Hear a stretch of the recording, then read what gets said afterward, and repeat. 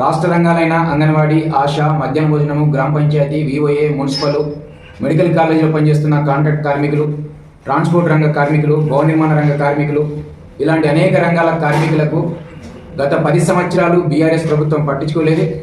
మేము ఎన్నికల గెలిస్తే ఖచ్చితంగా 18,000 రూపాయలు అమలు చేస్తామని చెప్పేసి, పర్మనెంట్ కోసం ఆలోచిస్తామని చెప్పేసి ఈ కాంగ్రెస్ ప్రభుత్వం చెప్పి 20 నెలలు దాటిన వేతనాల సమస్య కానీ, పర్మనెంట్ సమస్య కానీ, ఇతర ఫిక్స్డ్ వేతనం కానీ, ఇతర సమస్యలు పరిష్కరించే ప్రయత్నం చేయట్లేదు.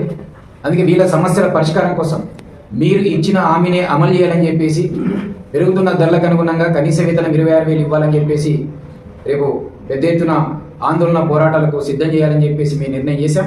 అందుకే ఒక్క మాటలు చెప్పాలంటే సంగారెడ్డి జిల్లాలో 5 లక్షల మంది కార్మికుల వేతనాల కోసం, సౌకర్యాల కోసం కేంద్ర ప్రభుత్వం కార్మిక వ్యతిరేక విధానాలకు వ్యతిరేకంగా పెద్ద ఎత్తున ఆందోళన చేయాలని చెప్పేసి మేము సిద్ధమవుతా ఉన్నాం.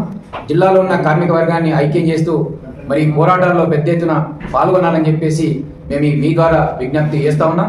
రాబోయే కాలంలో ఖచ్చితంగా పోరాటాలకు సిద్ధమవుతామని చెప్పేసి తెలియజేస్తా ఉన్నాం.